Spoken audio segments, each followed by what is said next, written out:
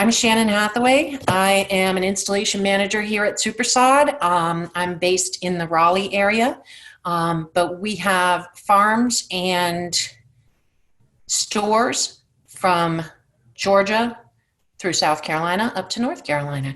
And so we're focusing these webinars specifically on each individual area. So today we're talking about the Low Country. One of our favorite places. We do our sales meeting every single year in Charleston, and nobody ever wants to change that because it's so beautiful. So welcome. We're going to be talking today about the advantages of warm season grasses and the maintenance secrets of the pros. There will be a guest speaker later on. Nick Sagnella is our robotics expert, and he's going to talk to you about robotic mowers because he knows way more about them than I do. I just know they're wonderful. We'll get started. There's Nick.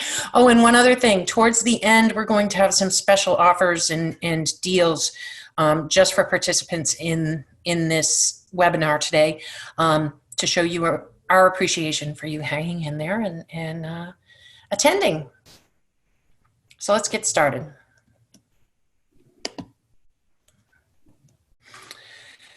So today's topics, we're going to talk about why warm season grasses are best for the Low Country, how to make the selection that's best for your property, turf maintenance, robotic lawnmowers, Nick, the advantages of our soil cubed compost, and then we'll get to the coupons and special offers. We run this a bit like a question and answer, more like a discussion than a lecture. So we encourage you to ask questions. There'll be questions, like a question slide at the end of each block of information. So at that point, I'll open it up, and the folks that are answering your questions will actually read some of them out loud so we can answer them out loud. So why choose warm season grasses? Well, obviously, South Carolina is a warm season state. That's why everybody loves it so much. Warm season grasses are more drought tolerant than cool season grasses. I know most of you probably are very familiar with the warm season grasses, and obviously nobody has fescue. But some of you may have moved from areas in the country where fescue is much more prominent or more common, and you're used to it. Thanks, Nick. Nick just sent me an update on the poll, which I can't see on my computer. So if you've moved from more northern states like I had, you're used to green grass in the winter. But the big problem here, of course, is fescue can't tolerate the heat loads in the Low Country, and so it is not the appropriate grass for here. And so often if you've moved to this area and you're saying, well, what do I do now? I don't even know these grasses. That's what we're here to help you with, and so welcome. Warm season grasses have better drought tolerance, a smaller carbon footprint, and they recover on their own. And what that means is they are capable of putting out either stolons or rhizomes, above ground runners or underground runners, or both, that help them to spread and repair themselves in areas that have been damaged. And they love our high heat, so they look good all summer long. Drought tolerance. So Tiflair centipede, zenith zoysia, Zeon zoysia, emerald zoysia, and Tifway Bermuda go dormant to survive drought, greening up at the first introduction of moisture. Tifway Bermuda was the industry standard since about 1960. It's good grass, but a lot of things have improved since 1960, and so Tif-Tuff Bermuda came along about 3 years ago, 3 or 4, and it is vastly improved. So it has much better drought tolerance. It needs 38% less water to thrive than Tifway. And unlike the other grasses that go dormant, it does not. It stays green through periods of drought. This grass is very, very tough, as its name suggests. And we're quite proud of the fact that in North Carolina, we have installed TIF-Tough on the practice fields for the Carolina Panthers. And if it can handle them, it can handle your kids, it can handle your dogs, because those are big guys practicing on it every single day. Shannon, it's Yes. also at the rugby field at Clemson. Oh, how cool. Excellent. And robotic mowers up there too, by the way. That's fantastic. My brother played rugby in college, and yeah, I think they beat those fields up even more than the football players. Those grasses have many of our grasses have a smaller carbon footprint. And what we mean by that is with Zenith, Emerald, Xeon, and TIF Centipede, you're mowing less often. That's not true with the TIF-Tough Bermuda. It's a very aggressive grower and you are mowing more frequently.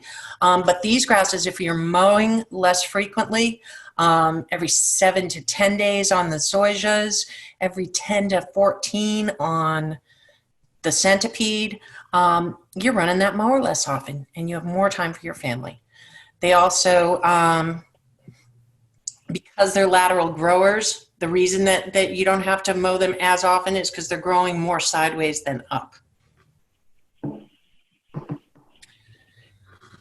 So we've talked about the fact that warm season grasses are better suited to our warm climate. They're also lifetime lawns. Those of you who are coming from more northern climates and are used to having to aerate and overseed, say a fescue lawn or something, you don't have to do that with the warm season grasses, because once you put them in, if they are properly cared for, they will last. They love the heat. For those who are not used to a grass going dormant in the winter, you are used to your trees losing their leaves. You're used to perennials and herbaceous plants disappearing for the winter, coming back in the spring. And that's a similar pattern that the grasses take. So when people ask me, well, how long are they dormant? It's different every year, but basically about the time that the trees lose their leaves, your grass is going to go dormant. About the time they start to green up, your grass is going to start to green up. And every year it is slightly different because it depends on soil temperature and air temperature. So the more quickly it warms up, the more quickly they come out of dormancy, the more slowly it freezes, the more slowly they go into dormancy. And I always think that tan grass in the winter is much better than brown grass in the summer. Do we have any questions that you guys can read out and see what people are asking?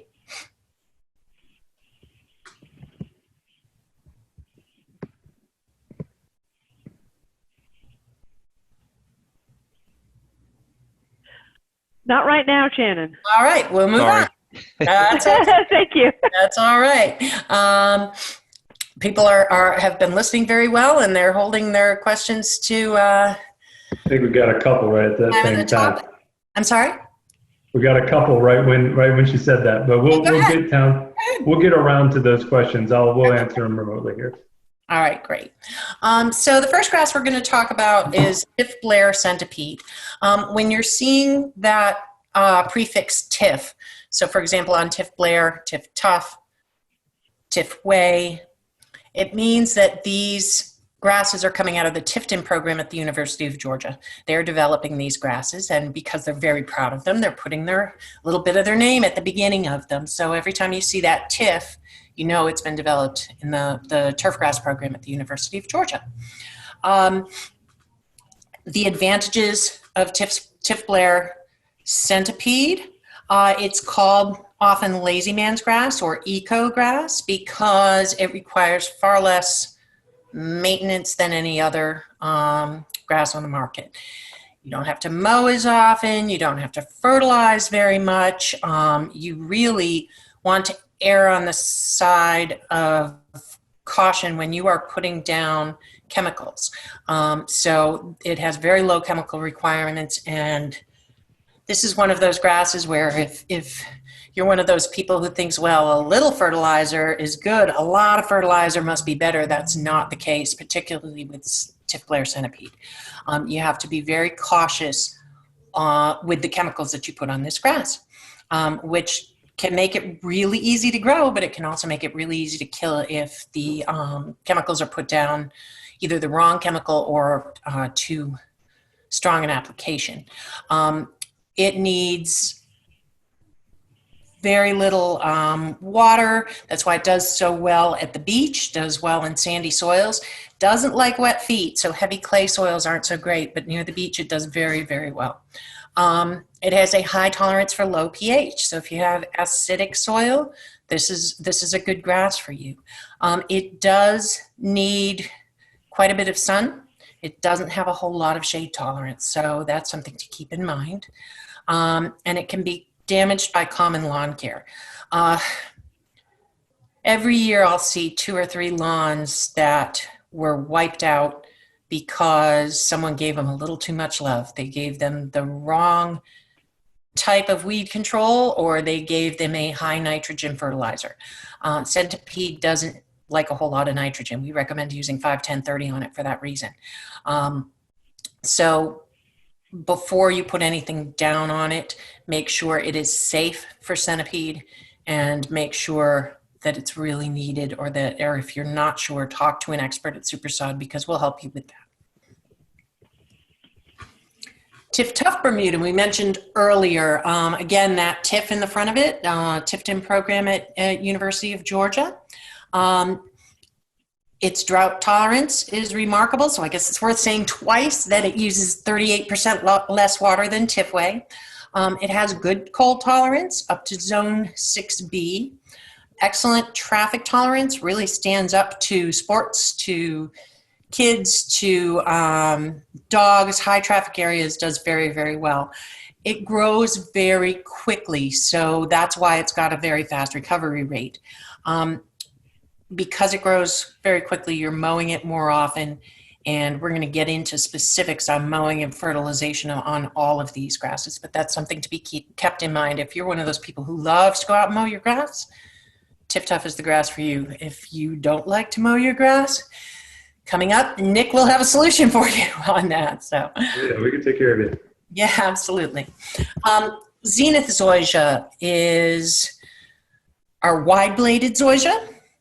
It looks a bit like a short fescue, so if that's the look you like, this is a great grass. It doesn't need very many chemicals compared to fescue or Bermuda. It's lower need for fertilization and disease prevention.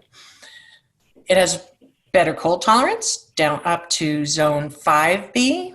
I've actually got a client up in Long Island who had me box up and ship him a roll of Emerald zoysia, Zenith zoysia, and Xeon zoysia. And he was going to lay one roll of each out at his beach house on Long Island.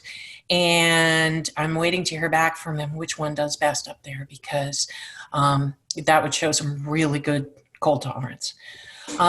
The root growth on all the zoysias is very dense, so it's much better at choking out weeds than other grasses. Greens up a little earlier. Zenith loves sun, so it has limited shade tolerance. Same as the TIF-Tough Bermuda, it needs about 6 or more hours of sun per day. And that is direct sun on it. That is not dappled sunlight or filtered through trees. It needs to be directly on the grass. Zoysias feel very soft and plush. They're very luxurious to walk on. They're certainly my favorites. Emerald is a fine-bladed zoysia, and so looks more like a golf course grass. Doesn't need a whole lot of chemicals. Good cold tolerance, again, to 5B. The fine-bladed zoysias have the densest root system, so Emerald and Xeon are going to be best at choking out weeds as long as they are treated well and kept healthy. You want to make sure you're following a really good maintenance schedule on all these grasses to get them to perform their best. Greens up early, has better shade tolerance than the Zenith, needs at least a minimum of about 5 hours of sun per day, and again, that's direct sun on it. Feels great on your feet. Now, we used to talk about golf courses as the ideals, but then my boss, Brad, started photographing his lawn, and now instead of saying, well, your lawn, you want your lawn to look like Augusta, we all say, no, I want it to look like Brad's lawn, because he has definitely a very meticulously maintained lawn, and that's the one you're seeing in that photograph. And then Xeon zoysia. Xeon is very similar in look and feel to the emerald fine-bladed zoysia.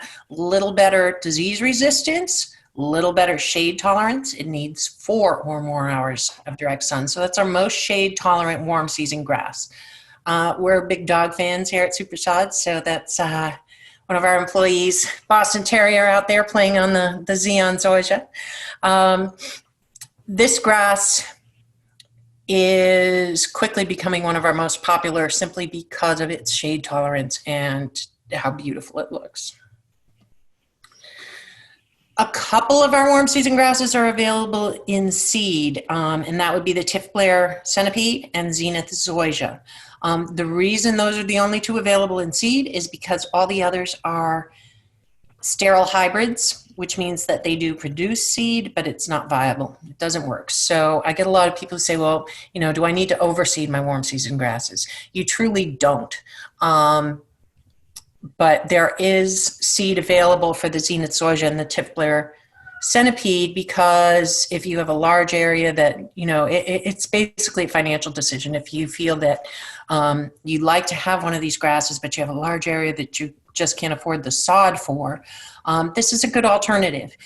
With the seed, you have to be very patient. It can take 14 to 21 days for seed germination, and you have to keep it damp that whole time.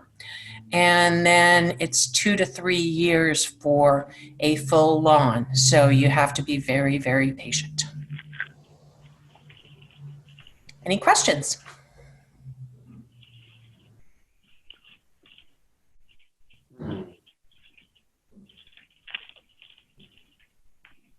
Robin, I think a few people have raised their hands.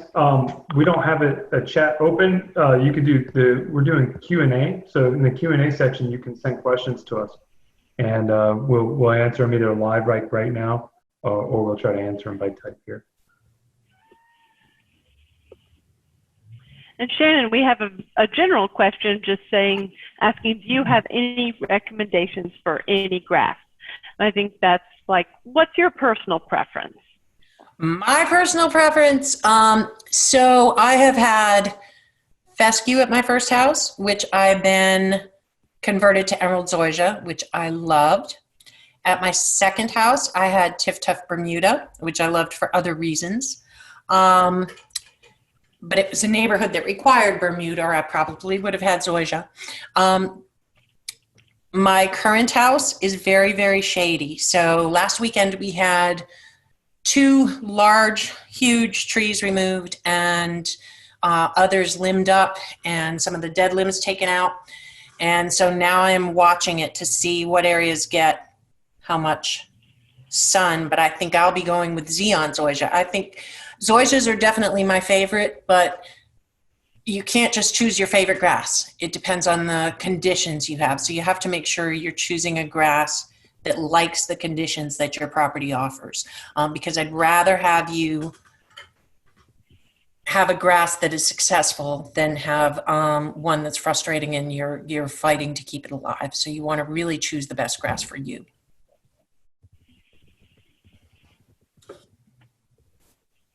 And by that you mean how much sun or shade, how frequently you like to mow, if you have dogs or children playing, all those conditions we have to weigh. All those conditions, absolutely. And so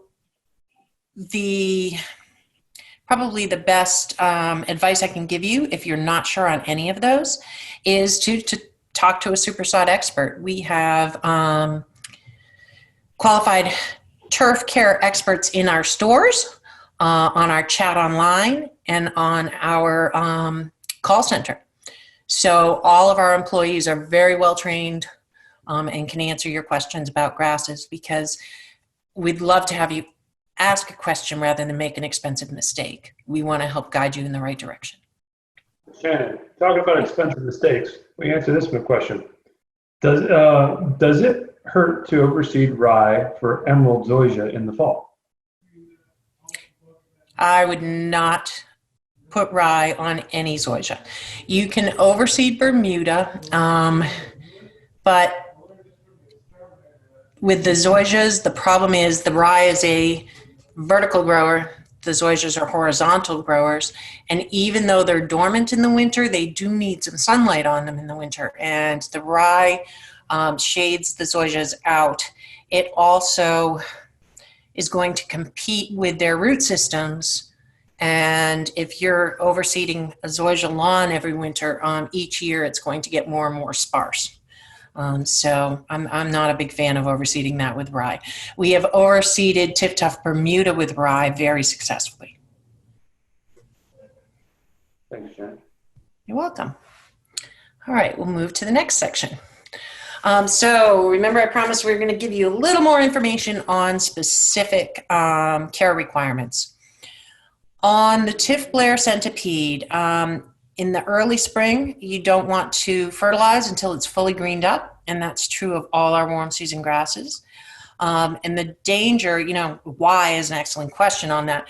The danger of fertilizing before they're completely greened up is that you are encouraging new growth, and if we get a frost or a cold spot, then that's going to damage that new growth deeper into the plant.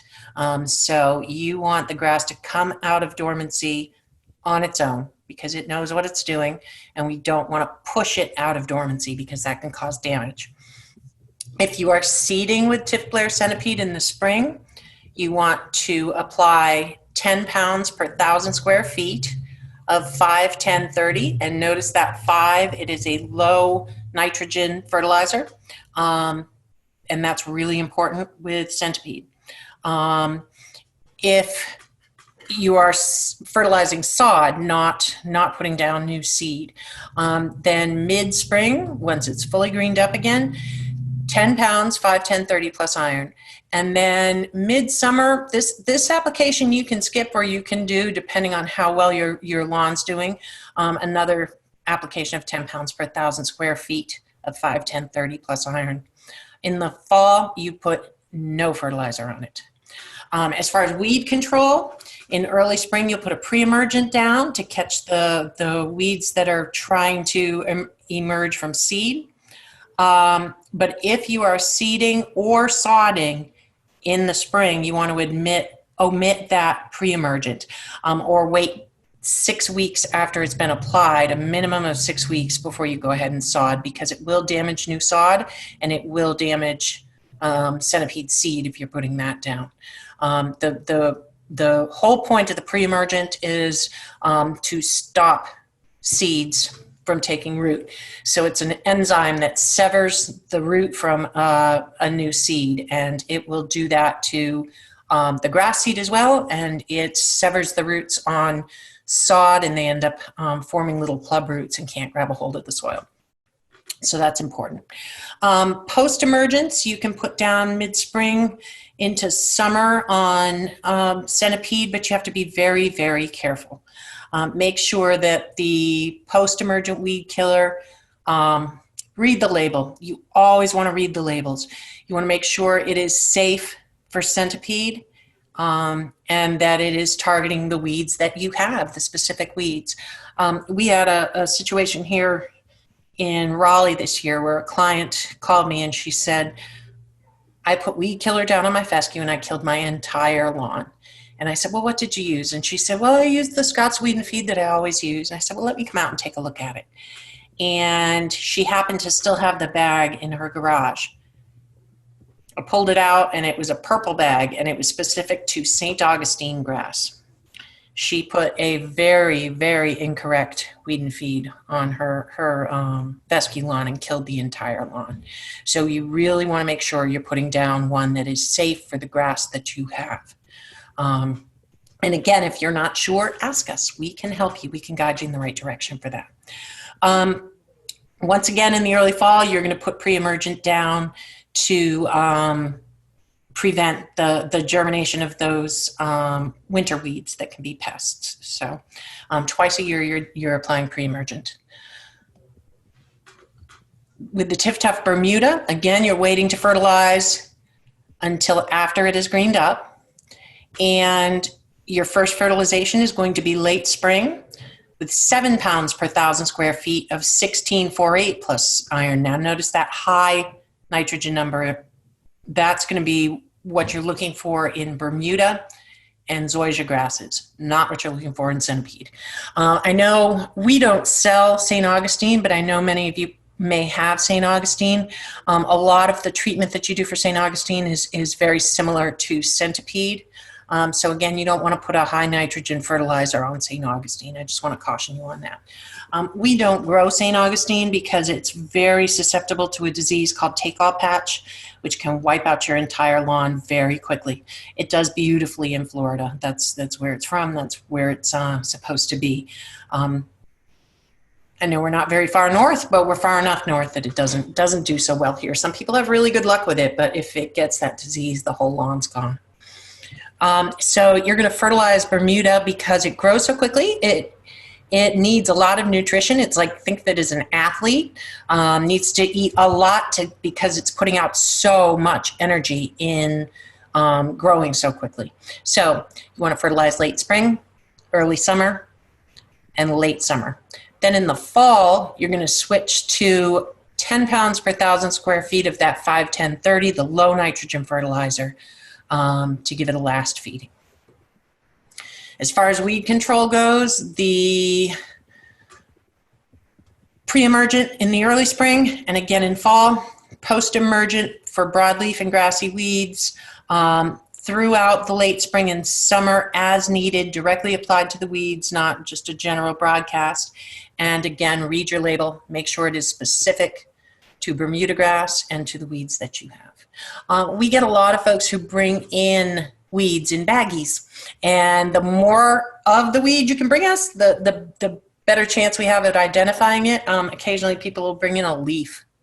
A leaf isn't going to work so well necessarily, but so we ask you to bring in as much of it as you can, including its root system, its stems, its leaves, flowers if it has them, and we'll help you identify the weed that you have in your lawn and tell you what you have to do for the control of it. With our zoysias, again, wait till they fully green up before you fertilize them. They grow more slowly, so they don't need to be fed very often. 7 pounds per 1,000 square feet of 16-4-8 in spring, and again 6 weeks later, so midsummer. Pre-emergence twice a year, spring and fall, and post-emergence that are specific to the grass and the weed. Hey, Shannon. Yes. I have a question that I'm really curious about here too. Brad asked, any suggestions on preventing squirrels from burrowing in your lawn? My dogs are really good at preventing that. They're very, oh look, squirrel, and off they go. Squirrels are going to do what squirrels are going to do. They prefer where the digging is easy, and so for me, they plant more in they're hiding their seeds, but yeah, often planting, and their nuts in mulch areas. They prefer where it's easy to dig. Zoysias being more densely rooted I would think deter digging more so than the other grasses, but they are persistent little devils, and so it's more a matter of kind of chasing them off the property. And that's what dogs are really good at. Thank you. Sorry for the interruption there. I was curious about that one. You can borrow one of my dogs, Nick. It seems counterintuitive to lay grass in the summer because it's hot, but these warm season grasses, that's exactly when we lay them, when they're actively growing. And they can be laid during the heat of the summer. You want to be sure you water the grass in as you lay it. So for a homeowner, what we recommend is for every half pallet that you lay down, stop, take a break, and hose that in. Please don't ever soak down a pallet that's sitting there rolled up. You're asking for trouble. First of all, those rolls can be 40 or 50 pounds each. You add water to them and they're suddenly much, much heavier than that. 40 pounds doesn't seem like much at the beginning, but when you're 5 pallets into it, it feels incredibly heavy. So don't water a pallet of rolled up sod. What you want to do is water it as it goes down. So like I said, every half pallet, stop, water that half pallet in. Lay the next half pallet, stop, water that in. If you're going to be laying 5 or 6 pallets in the day and you wait and you don't water until you are completely done laying all that sod, you're already going to see some hot spots and some reaction in that first couple of pallets that you laid down. They're going to be under a lot of stress because they didn't get water very quickly. So that's just a really good technique. And if you go to Super-Sod.com, we have excellent DIY videos that show you step-by-step how to install sod. You can lay sod dormant for many of our warm season grasses. Keep in mind that even though they're dormant, they're not dead, so they need water. All living things need water. So people tend to think if they put it down in the winter, they don't have to water it, and that's not quite true. Our winter winds can be very drying, and so you do still want to put water down. It's going to root more slowly. It's going to establish more slowly when it's being laid down dormant. And one thing I will caution you, in the seams, you are more likely to see weeds pop through because it's not going to be able to knit itself together as quickly as it does to close those seams in the summer months when it's actively growing. So, mowing warm season grasses. On the zoysias, you're mowing every 7 to 10 days. Emerald and Xeon, you wait till they're 1.5 inches to 2 inches high, and you cut them back by 1/2 inch. So cut them back to 1 to 1.5 inches tall. The risk of growing those grasses out too tall is that they will shade out their own root systems and get thin. So it really is best to keep them mowed short. On Zenith zoysia, when it reaches 1 to 2 inches, you take it down. You take it down to 3/4 inch to 1.5 inches, and mow every 7 to 10 days. For the same reasons, you don't want it to get too tall and shade out its own root system. Tif-Tuft Bermuda, you're mowing much more frequently because it's growing faster. So we say every 4 to 7 days. I really strongly feel it should be every 4 to 5 because with the Tif-Tuft, it's growing so fast. And I don't know if any of you have ever chased the green on Bermuda, but it can be very, very frustrating. Let's say you go away on vacation for 2 weeks and you come back and your Bermuda is tall and you go to cut it down to the height that you've wanted it all along, and all you have are these tan woody stems because the green is only at the top on Bermuda, and that's why you keep them short and keep them mowed frequently, because if you don't, you're going to be chasing that green constantly, and it can look like you scalped your whole lawn. I have clients who have mowing services, and they pay them to come every 2 weeks. That is a disaster waiting to happen with Tif-Tuft Bermuda or any Bermuda. They do need to be mowed frequently, and so you may think you're saving yourself some money by only paying someone to mow your lawn every 2 weeks. It's going to be very expensive in the long run because it's just not good for the grass, and your grass is going to suffer. Tif-Tuft, when it reaches 3/4 inch to 2.5 inches tall, you cut it back to 1/2 inch to 2 inches tall. I really prefer Bermuda in the 1/2 inch to 1.5 inches tall height. I think that's when it looks fabulous.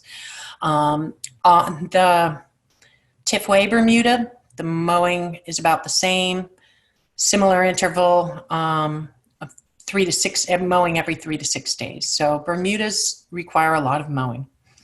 Centipede, that lazy man's grass, when it reaches 2 to 2.5 inches tall, you cut it back by 1/2 inch.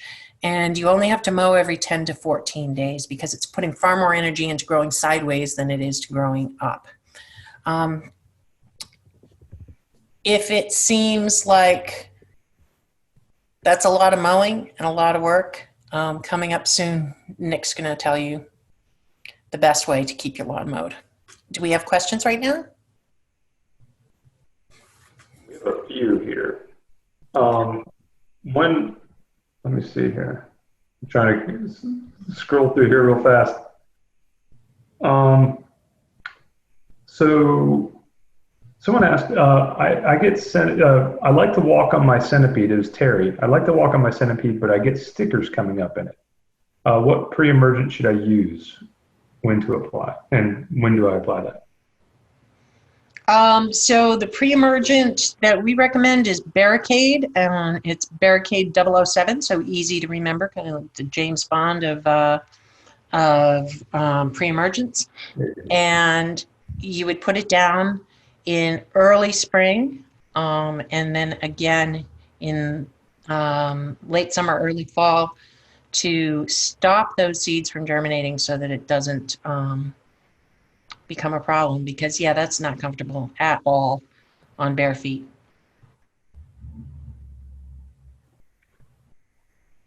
And Ted, I just want to say, Ted asked if we could put the fertilizer schedule up again. This stuff was all available. All the oh, you got it. Fertilizer schedule on what? Which grass? Xeon. Xeon. So right here. If he wants to take a screenshot of that, it's right there. Yeah, and we'll have this available for review afterwards, as well as I'll send you we have it on our website, our care schedules with the same information for all the different types of grasses.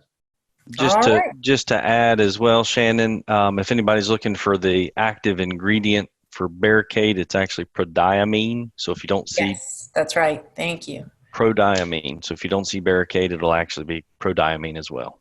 Right. So we're going to go from how frequently you need to mow your own lawn to Nick, our robotic mower expert here at Super-Sod, who's going to tell you how you don't have to ever mow your lawn now, because we're going to tell you how the robotic mowers do it for you. So take it from here, Nick. Do you want me to start the video first? I'll tell you real quick. I'll just say, like Shannon's like, we have a lot of problems that we're bringing to you, but we're bringing solutions. So this absolutely, is absolutely. Yeah, very problem solution oriented here at Super-Sod. Okay. So yeah, Shannon's going to play a little video here, just kind of showing the robotic mowers in action, and then we'll kind of get into what they are. All right, here you go.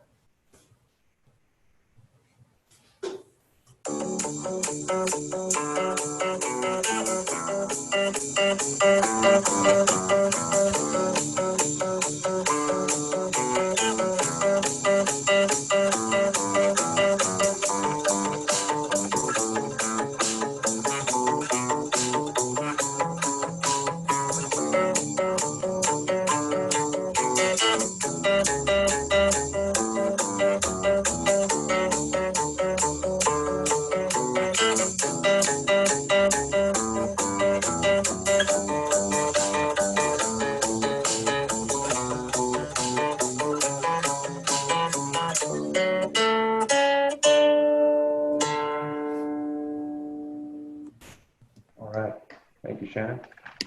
So what are robotic lawnmowers?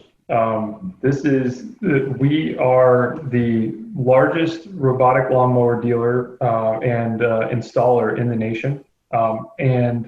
Specifically, the Husqvarna Automower is what we recommend for homeowners. And the reason we love them so much is that, like Shannon was talking about, you never chase the green. They are not designed. Robotic lawnmowers are actually kind of like a misnomer in their name.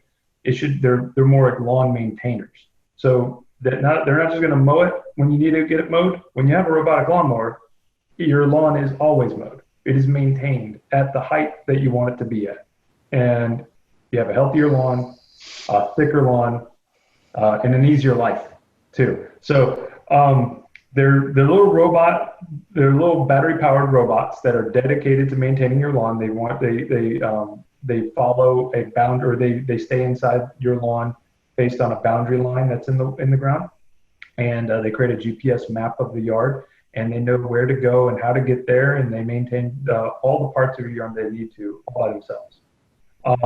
So you don't have to worry about when you get home in the weekend, when it's time to enjoy your family and you have to mow the grass on Saturday. Even though, I mean, it's probably 30% of you right now are saying, well, I like to mow my grass.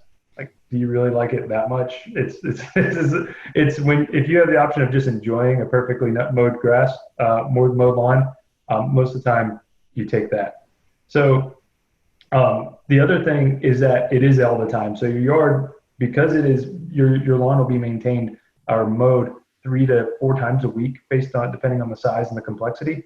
Your yard will always be green. Like that picture, assuming it's healthy, right? But in those pictures, in that video we just saw, one of the things you'd notice, and if you look at any robotically maintained lawns, they're always green. They're not, you don't see scalping. You never see that where you've taken off too much at a time, because they always go. They always maintain and take off just a little bit at a time. And because of that, the clippings are so small, they disintegrate back into the soil profile. You don't have to worry about disposing any of that, as well as you help build your soil profile naturally, which is good for the health of the grass and everything. A couple other benefits are like chemical-free weed and ant control, as I have on the list there. So ants do not like them. If you have problems with fire ants in your yard, they will move. They get really tired of having a robot knock over their mound every day, just bumping around it. So they do get tired and they'll move to your neighbor's yard. And then your neighbor can get a robot. So they do a really good job at that, and they keep weeds down. Most weeds are not able to adapt to the very frequent mowing and keeping the tops taken off of them. So they can't go to seed and then they don't spread. So you're going to have a naturally reduced number of weeds in your yard. So it's a nice appearance as well. So I wanted to address a few things. I saw a few questions earlier. I just wanted to address some of the points that kind of stuck to that, like overseeding Bermuda. One of the things that robots do very, very well is they help an overseeded Bermuda lawn look amazing all through the winter, because they'll mow it, keeping it at whatever down to 3/4 of an inch. It'll look great, and they handle the transition. So the transition time in the spring, when everything starts to grow, but also the ryegrass likes to grow, robots will keep that ryegrass down so that the sunlight can reach your Bermuda and it can still come out of dormancy. It's one of the key features we see with robotic mowers, especially in Bermuda. And Danny asked earlier, he's like, I have a Bermuda lawn. It's at 1 inch and it looks great. I'm in Charleston, but what else can I do? This is what you do. You get a robotic mower, you get an auto mower. This will take it to the next level. You could keep it at 3/4 of an inch.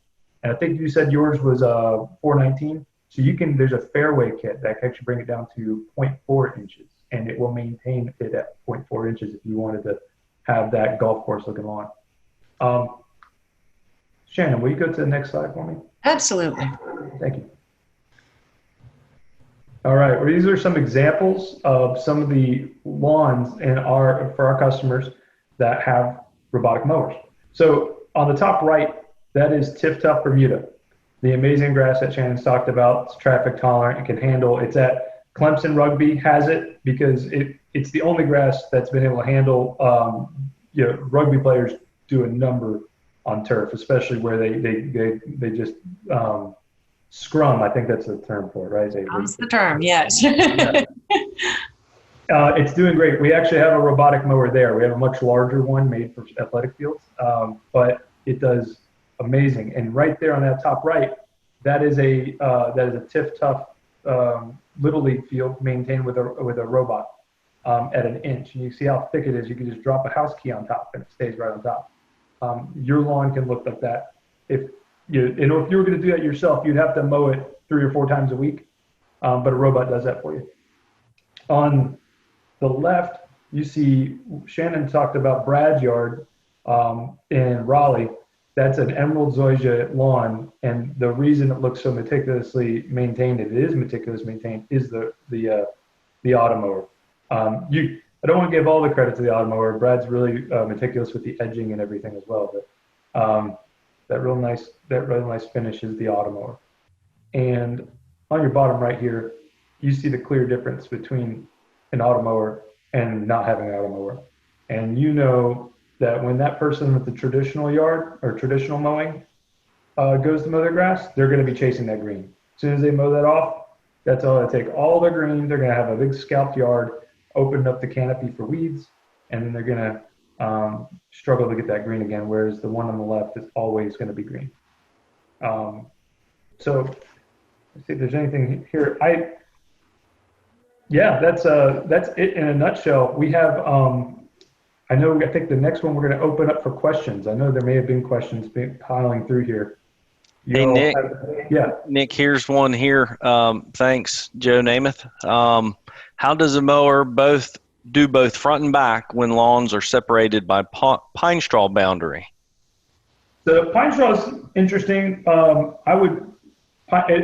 don't like to drive through pine straw. The pine straw will wrap around its wheels and it gets kind of loose. So there's a couple different ways you can rake a path through the pine needles and put in like a hardwood mulch, pack it down, and it can run through the hardwood mulch or some other thing. But they don't like to drive through pine needles, unfortunately. So the other option, depending on the size of the two areas, is you could have two robots. There are options that are cost effective for doing that. If you have relatively large areas that are separated, we could just do two smaller capacity mowers. Nick, we have another question. Are they safe for children and dogs? Second part, would they kill squirrels? This is from Brad. He might have been the person originally asking about squirrels. I'm not sure. That is him. That is Brad, yeah. Okay. I have not seen one. I don't think they kill squirrels. I've not seen one. Squirrels are pretty fast. No, I'm just joking there. Squirrels don't like them. I can tell you that when my robot goes, the squirrels do not like to be in the yard with it. It kind of resembles me. They don't know what it is. It's like a predator and it's running around the yard. They'll stay out of the yard when the robot's there.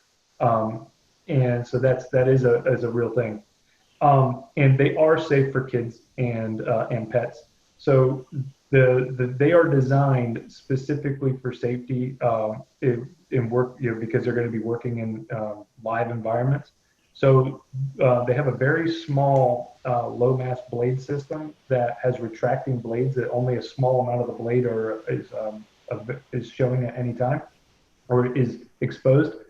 This is actually what a blade looks like. I don't know if everybody can see my camera. Yeah, we can see it. Looks good. We can see it. Great. Okay, cool. That's what the blade looks like. And this is how much right here, about that much right there is exposed when it's mowing. So it's underneath, it's protected. And if anything lifts up the mower or tries to pick it up or stops it, the mower shuts off its blade immediately. And there are these pivoting blades, so it's able to stop very fast. And then once it won't turn back on unless everything's okay. Now, they do a lot of testing to make sure that the specific testings they do for safety have to do with small children. And so they're tested and these are the safest robotic mowers, and they're actually safer than a regular lawnmower as well.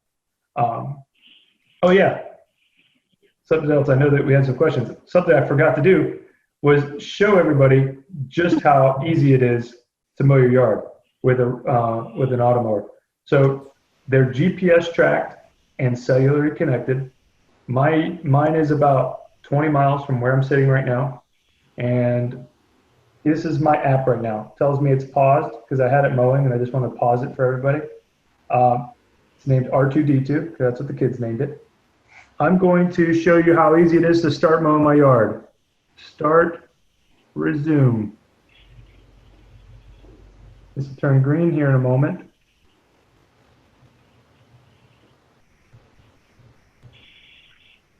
There we go.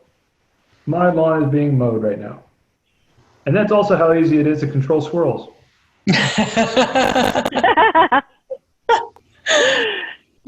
Bonus feature, it's a squirrel chaser. Yes. Nick, there's another good question. David asks, is there any theft deterrent or alarm for these mowers? I thought about getting one of these, but I'm concerned it would disappear in a few days. Valid concern. That was actually one of my concerns when we first, 3 years ago when we started ramping this up, and because they work so well in yards. But we have over 500 of them out there in our entire footprint. We have not lost one to theft. We've had 3 of them that I know have been attempted to be stolen. Mine is one of them, and then recovered every one of them because they are GPS tracked. First of all, they have an alarm. If you go to pick it up and you don't know the PIN code, it will give you a few seconds to add it in, and then it'll sound an ear-piercing alarm that normally panics people, and they just leave it alone. To those that are persistent enough, it GPS tracks it. So mine, for instance, they brought it into the woods and they couldn't get the alarm to turn off, and it was screaming. And I think they ditched it in the woods, or they were going to come back to it. So it was a couple hundred yards into the woods. I walked right to it, picked it up, put it back in my yard. That was 1.5 years ago. Same one's still there. But over 500 of them over the 500 of them that we have out there, we have not lost one. We have them in Raleigh, Atlanta, and Charlotte, and Columbia. We have them all in these metro areas. And so it's not something to be afraid of in real life. We have two more questions. One, I've seen this question a few times. Can it mow in the rain? So that one first. Yes, it can mow in the rain. They're specifically designed to mow in the rain and give a good clean cut at the same time based on their cutting system. Great. Second, I've seen 3 to 4 of this one. What kind of slopes, what kind of grade can the Automower handle?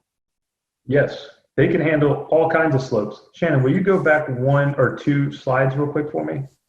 Let me show you the different ones. So they go from 24 degrees up to 35 degrees. So that one on the top right is our all-wheel drive unit, and it is made to handle extreme slopes, 35 degrees, which is way more than what you can do safely. It articulates, and it's made just for hills. The normal mowers are able to do 24 degrees, which is still substantial, and it's still pushing the limits of what a person can safely mow by themselves anyways. So if you have a slope that has grass on it that is even remotely fathomable to maintain, an Automower can take care of it. And we can test that. We can measure the grade for you too, if you're interested. There we go. Thank you. And I'll ask I'll go through and I'll answer some of the questions that are in here that haven't been answered already. So thank you very much for your questions, and stay tuned for special discounts at the end. And Nick? Yep. I hope your fingers are on fire because you have a lot of Automower questions. Okay. I saw a lot come through there. It kills the show every time. Thank you. I'll get to the questions right now. It's funny, we had a contest. Hillary, you can probably tell us a little more about that, but a contest on naming the Automowers, and people sent in some really creative names. I call ours. It was a lot of fun. Yeah. I call ours here at the Raleigh store Batman because it looks like a little Batmobile, but they're very popular. People stop and pull into the store to ask specifically, what is that and how do I get one? So. I've also enjoyed the cute houses people design for them, like dog houses, but they're different. They're real cute. Exactly. And they come with some decorative shells, right, Nick? Yeah, we've done some custom dipped ones that look like camo. We have carbon fiber. We have one at our property that is the house was built out of landscaping with boulders, so it just looks like it goes into a cave. So it's straight up Batman. Yeah. I want that one. Yeah. All right. So moving on, we're going to talk to you a little bit about one of our products that we're really, really proud of, and that's our soil cubed compost. We make it on the Sod farms. We make it out of grass clippings, wheat straw, and composted cow manure. We mix those together, inject it with beneficial microorganisms. I'm sorry? Inject it with beneficial microorganisms like mycorrhiza. Set it out in these long windrows, and a machine comes and is constantly turning it. We inject it with water to keep it moist, and we keep it at over 165 degrees to kill seeds and pathogens. This is rich, black, gorgeous garden soil, and it's pure organic compost. So one of the questions that, when clients say, oh, I'm trying to do everything right with my grass and it's just struggling, it just looks weak and thin, and I'll ask them, how is their soil? Nobody ever says, oh, I have rich black dirt. They say, oh, I have horrible clay, or I have really sandy soil, or there's a lot of rocks in it, or whatever. And that's often the problem.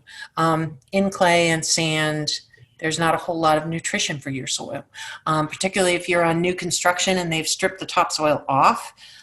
There's not much there for the grass to feed off. So if you've had your soil tested, that's going to tell you a little more information about it. If you haven't, that's something I recommend, and we'll go over that in a minute. But one of the questions you should ask yourself is, how much organic matter is in my soil? And that's easy to tell by the color of your soil. If it is a rich blackish brown, then hey, you've got some good organic matter in there.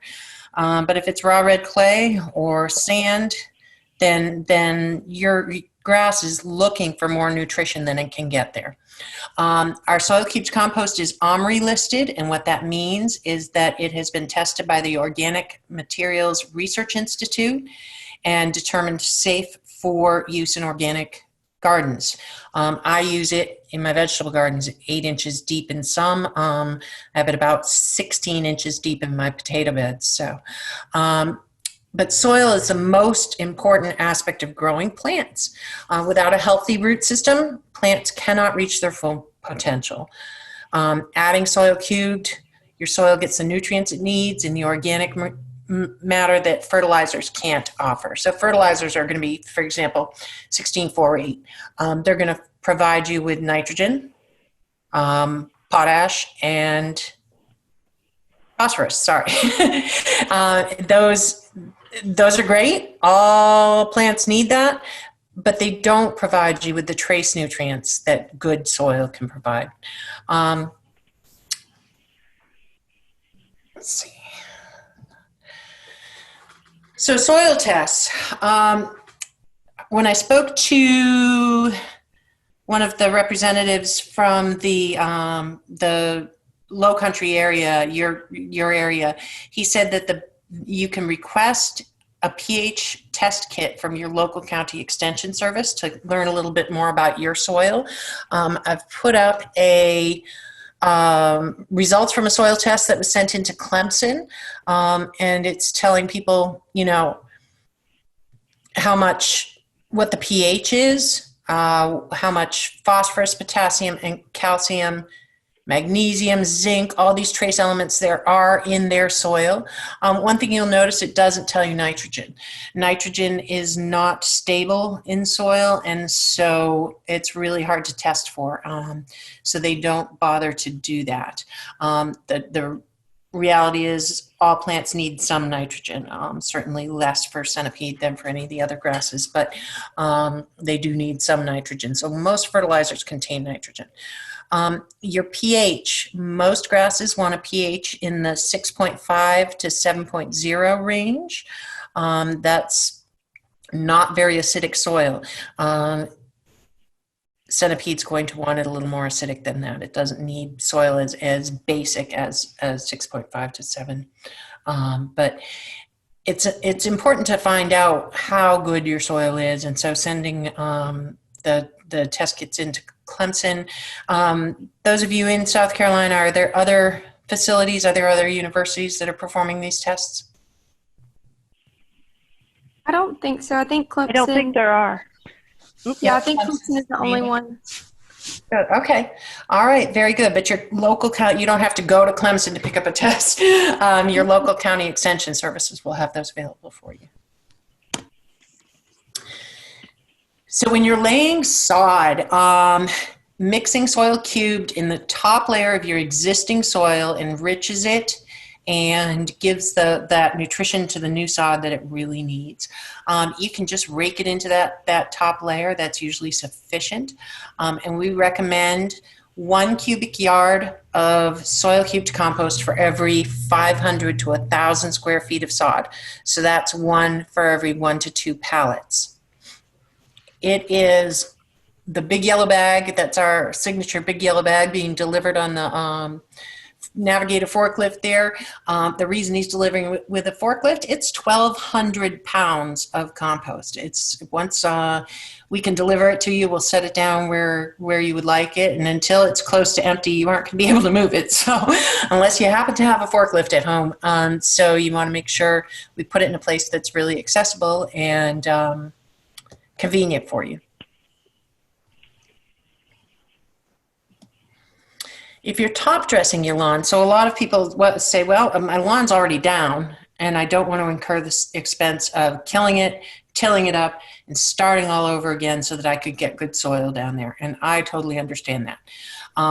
Instead, you can top dress the lawn, and what that means is to apply a thin layer of compost on the top, and it'll work its way down into the soil and feed the grass from above. When you are top dressing, you don't want to do it when the sod is dormant. We top dress as one of those fertilizations. So first thing in late spring, once your sod is fully greened up, or midsummer, you can go ahead and use soil cubed compost as a top dressing in place of a fertilization. We get questions often about how thick it should be. Not very. So you're going to use 1 cubic yard for every 1,500 to 2,000 square feet. You're putting down about 1/8 of an inch of compost on the top of the grass to feed it. And you can see in this slide an experiment done on grass, and they top dressed the center and didn't top dress the edges, and you can see what a big difference it makes.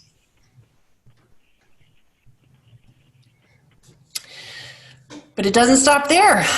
These pictures are from my home I had in Cary, North Carolina. The vegetable beds that you see in the upper left were 8 inches of pure soil cubed compost. And as you can see, I like to get a lot of yield out of my vegetable garden. So I had things really packed in well there, and produced a ton of tomatoes, lettuce, peppers, squashes, all kinds of things. What you can't see yet, climbing up the back, I had hops too. So my sons are both amateur home brewers, and so I was growing a couple different varieties of hops for them to experiment with. I have those at my house in Chapel Hill too, so they're getting excited about hop production time, so that I can let them experiment with it. The bottom picture is shrub and perennial garden, and every year before I mulched in February, I would put a layer of soil cubed down and then the mulch, and I do it about 1/4 of an inch deep to just keep building that soil, because building your soil is the most important thing that you can do for your garden. Compost helps the moisture. It helps retain moisture so that you've got stronger plants. It slow releases nutrients that you can't find in chemical fertilizers. Healthier plants are much better equipped to resist disease and insects. So if you think about it, when we aren't getting our proper nutrition, when we're run down, we're much more susceptible to getting sick. When we're eating properly and taking care of ourselves, we're better able to fight off disease. And the same is true with plants. If they're getting good nutrition, if they're being properly maintained, they're much less susceptible to disease. Does anyone have questions on those soil cubed compost or anything else that we've covered so far? We've got a couple people raising their hands. I just want to tell you, if you have a question, please ask it in the question and answer session. There are so many participants on today that we can't really do the chat, but we're doing the question and answer. So if you type your question in there, we'll try to answer it for you.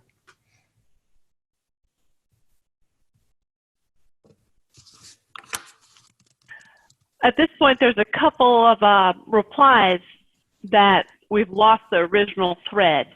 So I'm scanning through trying to pick up those threads. There's a couple I'm trying to get answered by finding their original question.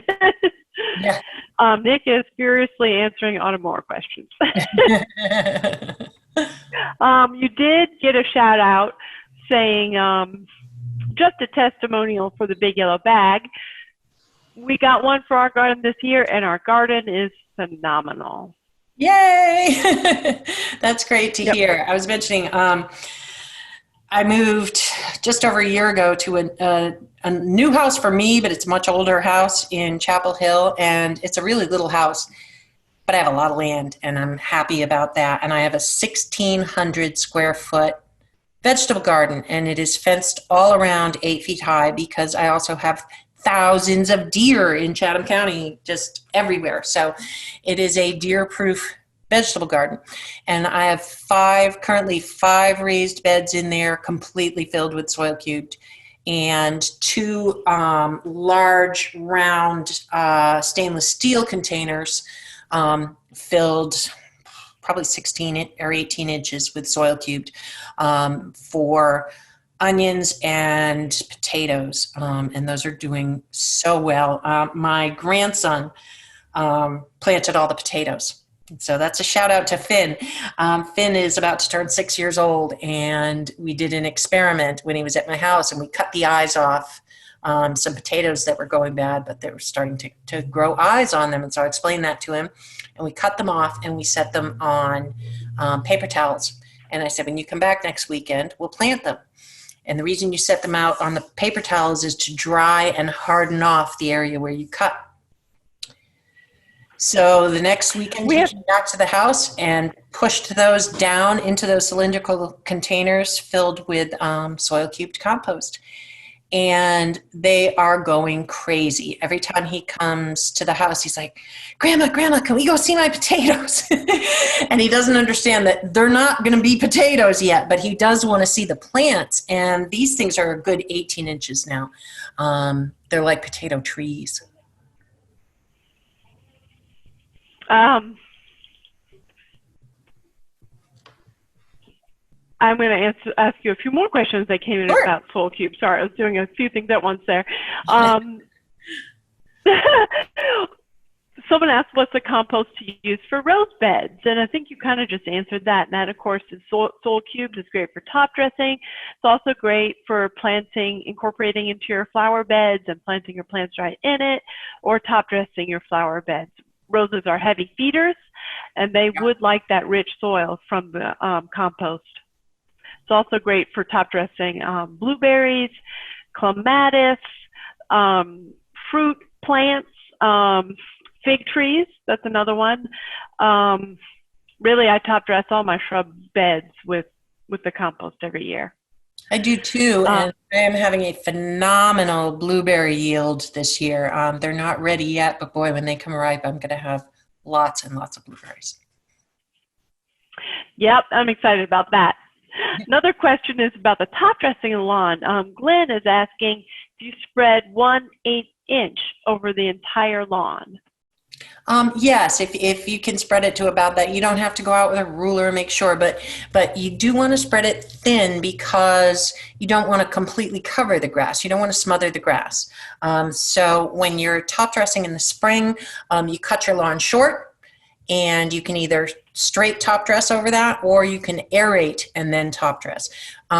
You would aerate a yard after it's established, so it's got to be in about 2 or 3 years. A sodded lawn, and then you can go ahead and aerate. When you do, you're going to curse my name because it's going to look ugly for a little while, but trust me, you're doing the right thing. You aerate, it's breaking up the roots and the the rhizomes and the stolons a little bit and stimulating new growth, but it's also you're pulling out those plugs and allowing the compost to get down to the roots of the sod and again building soil. So it's a really wonderful thing to do. So you don't aerate and overseed, you aerate and top dress. Shannon, Brad asks, does aerating promote weeds? Does aerating promote weeds? Only in the sense that it doesn't bring them in. They were there. The seeds were there. They were already lying in the soil.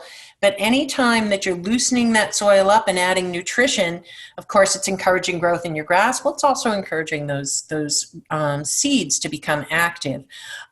So it doesn't produce more weeds in the sense that it doesn't multiply your weeds. It just allows better growing condition for the seeds that are already there.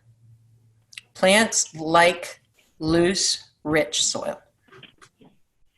Also, you're exposing them to light again, and light germinates weed seeds. Absolutely.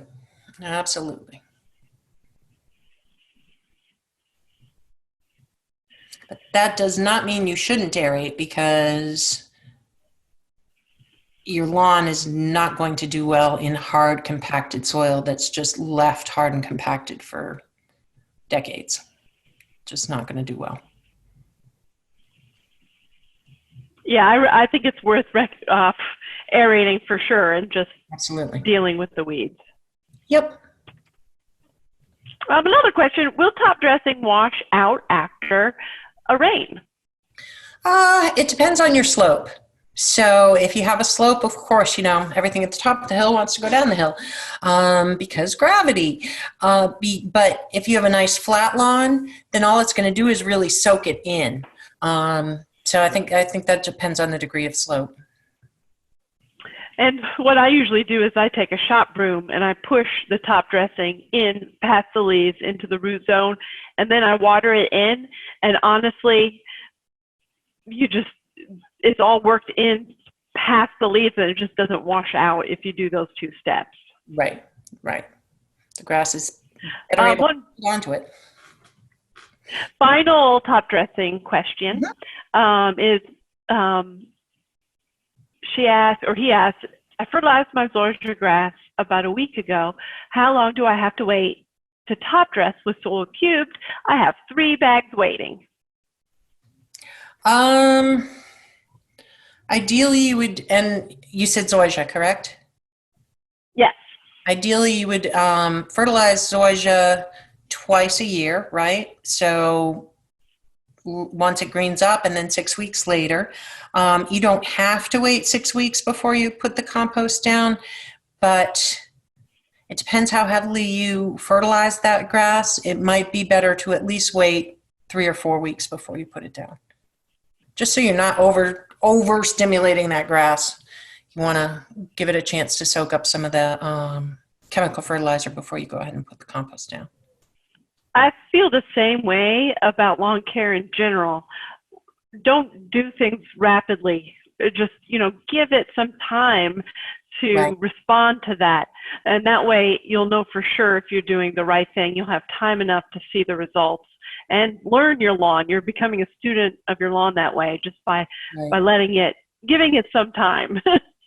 That's true. I get so many clients who say, I want a low maintenance lawn.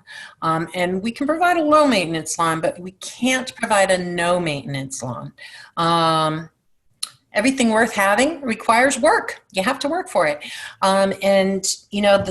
The British have it right. We call it maintenance. We call it yard work, which makes it sound awful. They call it gardening. It's a hobby and they love it. And that just that shift in perspective to where this is something that makes you happy to go out in your yard. And for me, I just wait until the weekend to be able to go out, and I have all my projects planned. And for me, it's joyful and relaxing to get out into my gardens. So there's no such thing as no maintenance with living things, people, animals, or plants.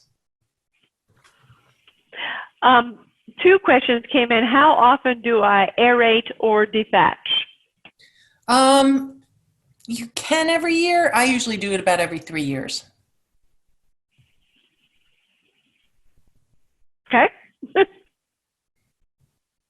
It just depends on your Thank you very soil. much. You know, with my soil, where I currently am, I have in farmland, so I've got really beautiful soil. If your soil is heavily compacted, you want to aerate more often. All right. Thank you, Shannon. You're welcome. All right, so we promised you deals, and here they are. I'll let Nick explain the robotic mower deal. All right. Thanks, Shannon. I think I've gotten all the questions, most of them so far. Good job. Yeah. So thank you for coming and attending Shannon's talk. And so as a token of our appreciation, we're going to give $200 off of any X-Line robotic auto mower if you mention Shannon's talk. So just go to Super-Sod.com and go to our robotic lawnmower section and see how to contact us there or give us a call. And if you're interested, mention Shannon's talk. We'll give you $200 off. And all you have to do is let us know. We'll look at your property remotely and see what would be the right one for you, and we can go from there. There is an end date on this deal, though, Friday, May 29th. So. Oh, yep.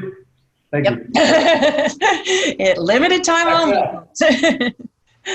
All right.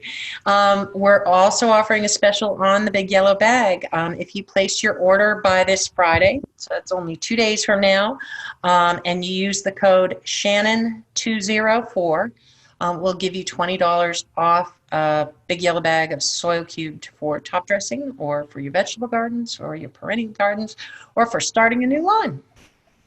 But that sale does end this Friday, so that one's quick. And then this year we've come out with our Bear Spot erasers.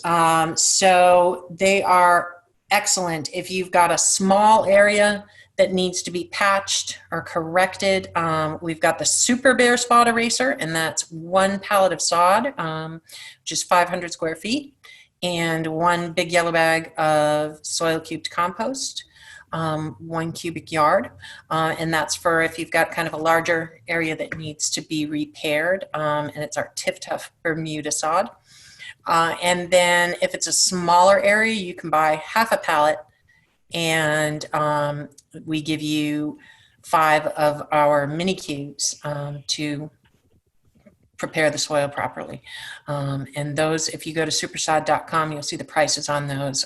Those are really good deals that we've got right now, and we're including delivery on those. So you can go online, order at Super-Sod.com, or call your local Super-Sod store and let them know you're interested in the Bear Spot eraser. Ordering sod online is coming directly from our farms, and I think it's important to point out that we are farmers. We are in the agriculture business. Super-Sod has been active as a business and for I think it's 127 years, not under the name of Super-Sod, but under Patent Seed. The Patent family has been in this business for a very long time, and you don't last that long without giving excellent customer service and an excellent product. And we're very proud of what we do. So you can go to Super-Sod.com, and we're probably one of the most techy sod companies out there. So we keep coming up with new innovations, and you can actually now go online, see the pricing on the sod for your area, and order it. We'll ask you to pick one of 3. Give us your top 3 delivery dates, and we will try to honor one of those for you when you're ordering online. And the only qualification to that is we don't deliver on Sundays or Mondays. So this is what it looks like if you go to the order online page, and you can see the sale on the Bear Spot erasers, pricing in your area for each individual type of sod. And finally, this is our map. This is where we are available, where we have stores and farms and where we ship sod. We have 7 farms and 13 stores. a wide distribution over Georgia, South Carolina, and North Carolina. So we are bringing you our agricultural product that we grew ourselves. We are sod farmers. We're not re-wholesalers or anything like that. You're buying directly from the farmers. And so if you have questions, we really encourage you to contact us. You can call us toll free. You can go to Super-Sod.com. If you're interested in the Soil Cubed, you can go to soilcubed.com, and you can order online. And we really want to thank you folks for coming. This is the end of the presentation, but we're still going to be here for you. So if you still have questions, we'll stay on as long as you stay on asking questions. Yeah.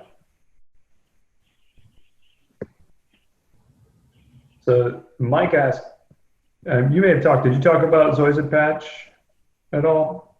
No, we didn't get into specifics on diseases. Okay. So Mike asked, what is causing brown spots in my zoysia lawn? Okay, so this year was a strange winter for us, particularly in North Carolina, specifically, but it was very warm and very wet. And if people didn't get their fall application of fungicide down, they're now seeing the results of it, and they're seeing large patch. We've seen a little zoysia rust already because this was a warm, wet winter, and that is really great growing conditions for fungal diseases. So depending on the disease, we're going to offer different solutions for it, but some involve application of fungicide and some involve some modification of your fertilizing.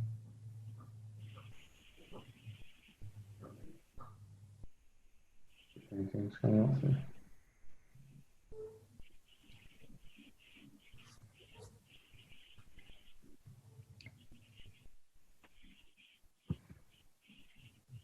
I may have I went into the black hole of automower questions earlier. Did you talk about dethatching and aerating already? Yep. Okay, all right. Let's see here. Here's a question that someone named Happy as an Elk asked. I've pulled out most of my weeds, and now I have a lot of bare spots. I do this every year, and the centipede lawn doesn't fill in. Why? So centipede's really slow, and maybe it's not feeling encouraged to grow into those areas. It's easy to encourage it into a new area by putting down some of the soil cubed compost into those bare areas, and what will happen is the centipede will sense the food and crawl in, and that's true of any of our grasses. Crawl into that space looking for that good nutrition. So the best thing you can do is where that weed was, improve the soil situation, and watch the centipede fill in. If it's a large area and you do not have patience to do that, you can always go buy a roll of centipede. We sell our grasses by the pallet, but we also sell them by the individual rolls so that you can cut and patch areas. I'm a cut and patcher myself because I'm not super patient. So I like that instant gratification of buying a roll of sod and patching it in. I do want to mention, since we haven't brought this up, that the folks at the Orangeburg store are working on opening a store in Charleston, South Carolina. Oh, wow. So that will be coming up, hopefully. Actually, I don't know the time frame, so I'm not going to say, but I know they're working very hard on it and have made a lot of progress. Excellent.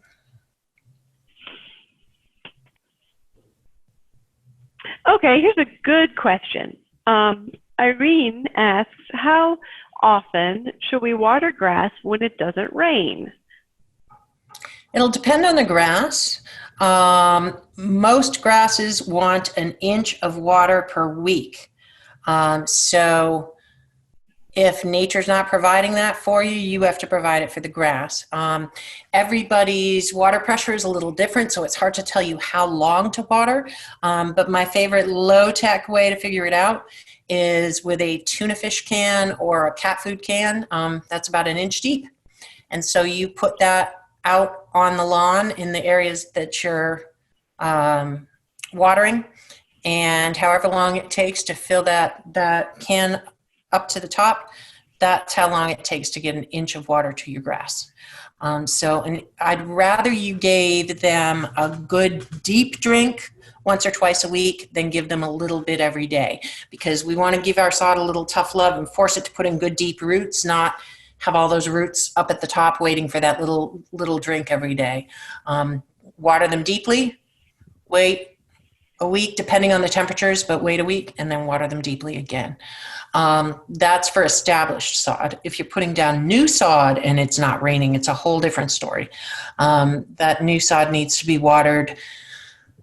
Here we water it 3 times a day deeply for the first 2 weeks, once a day deeply for the 3rd week, and every other day deeply for the 4th week. And again, it's that same concept of you're slowly weaning it off that everyday drink and forcing it to go deeper looking for water, and that means it puts in good deep roots, and that means it's more drought tolerant.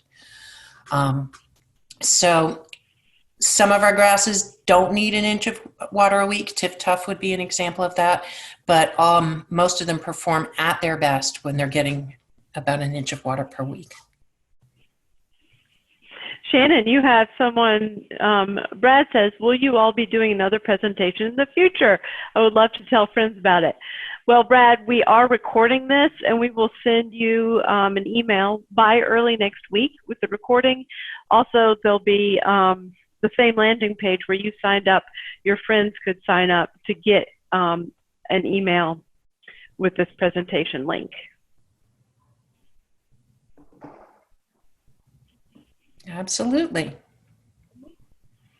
And we are discussing doing other classes, so. That's true. We sure are. We got lots of ideas. Audrey asks if Super-Sod does soil testing. It does vary by region, I believe, but we do have instructions on our website.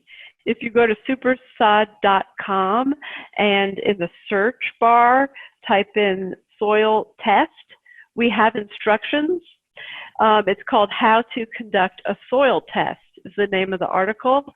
So we give you those step-by-step instructions, and then you can take it to your local extension office.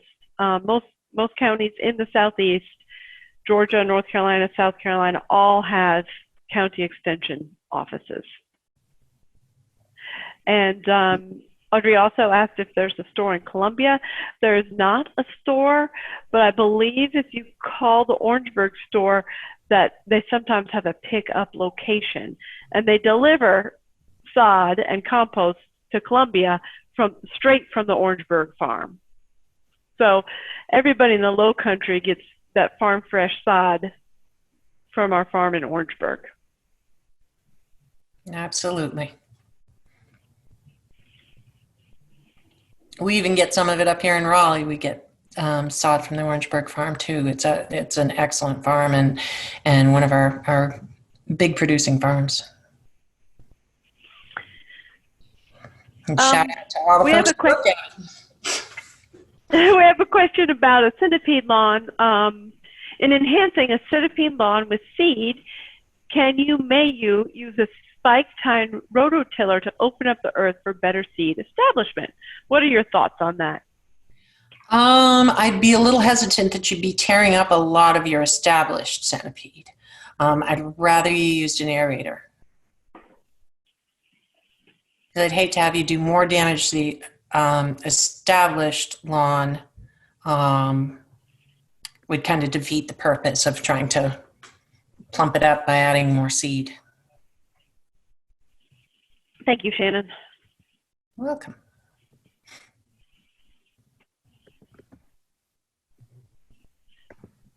Oh, we've got a Meyer-Lemming question, and I'm going to answer that because I like Meyer limes, I like lime trees, and sometimes I've killed several lime trees, but I keep trying and I keep reading. I've learned that they like really good drainage.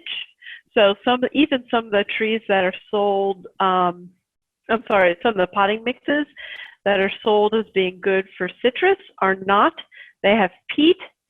What I've started doing is following Bree Arthur's recipe, which is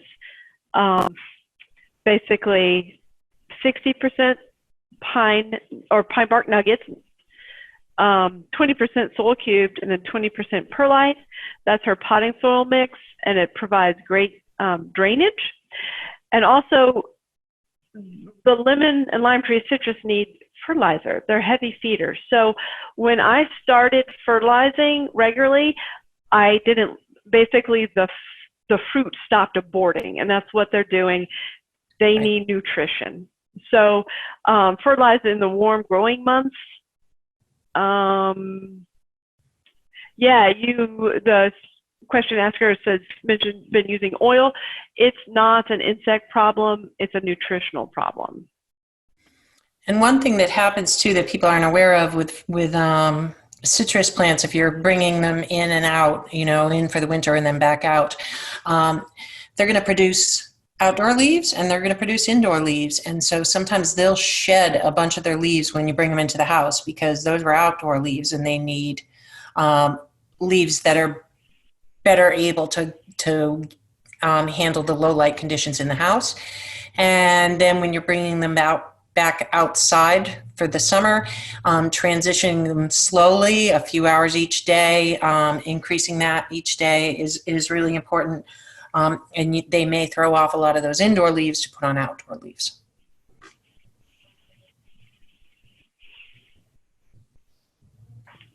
And also grow lights inside. Sure, but on the coast of South Carolina, you might be able to grow them outside, depending on where you're located. I hope that question helps a little bit, or that answer, rather.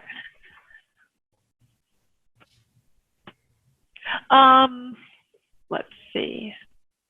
A lot of brown spot questions, but I feel like you might have answered that. Yeah, we talked just about in general, how do you get rid of brown spots in your yard? Right, and it's going to depend on the origin of them. So it's really important to get the specific fungal disease identified so that we can give you the correct advice. So if you can take a couple of pictures, one in very close to your lawn, to the damaged area, and then one from far back so we can see the pattern of the damage, and send it into one of our turf experts at Super-Sod. Will help you identify it so that we can give you the best solution. Nick, I saw how you just shared the poll live. Yep, I didn't mean to do that. And then I'm glad you did. I was glad you did because I got to see it for myself because I couldn't see it on this end. There we go. It's pretty easy. I see that. That's fascinating. Most, for 50% of our attendees had centipede lawns, and that was definitely reflected in the questions today. Yeah. One thing that we didn't bring up, sorry, Shannon, one thing that we really didn't bring up or speak too much about when I see some of these questions about brown spots or anything like that, temperatures. Maybe you want to go on about how temperatures have fluctuated up and down and nothing has really been consistent enough to become actively growing yet.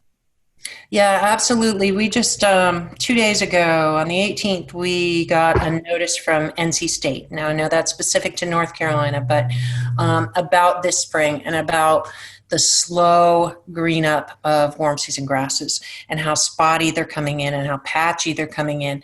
And it's basically saying, folks, be patient. This year is weird. The grasses are just coming in very, very slowly. And you'll have areas that are fully greened up and areas that don't look good at all. So we need some good hot weather to kick them into gear. And we haven't really had that yet. And so NC State's saying, be patient.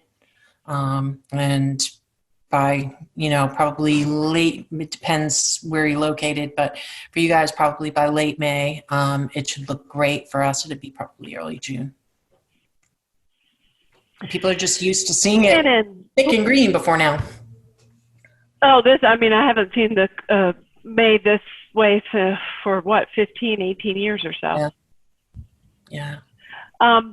Kathy asks, how do you know if your grass needs dethatching? So thatch is that that dead brownish tan layer. And if you have a lot of that, then you need to remove the thatch. You need to rake that out because it's kind of smothering the grass that's in there. So your lawn will tell you if you see a lot of thatch, a lot of dead grass just lying in there, it needs to either be raked out or use a dethatcher to get it out of your lawn to allow air and light and nutrients and water, everything to get down to the roots and get the grass growing. Yeah, I might add, if you don't mind. So with zoysia in particular, actually, automower really helps with thatch because thatch a lot of times is caused by not mowing, mowing it's too high, or if you don't mow frequently enough, you have too much plant material. It can just build up a strong thick thatch layer. Automower shaves the grass essentially, and so that those clippings can decompose fast enough to where the thatch doesn't become out of control. So we have seen a real impact on thatch buildup with automower in a positive way. Shannon, is it too late to top dress in the Hilton Head area? Not at all. Oops, I think someone just answered that. Not at all. You can go ahead and do that. I think it was Greg, by the way he's smiling. We're still early. Still early. Do we agree, Greg? Did you give her the same answer I did? Good. Almost to a T. Not at all. Honestly, that is the end of the questions. We have reached the end, my friends. Well, thank you all for coming. Thank you to the support team here behind the scenes, answering questions and furiously typing. We really appreciate it. And thank you to the customers who spent time with us today. We appreciate your patience and your attention. And we want you to know we're here if you have questions online, on the phone, or at our stores.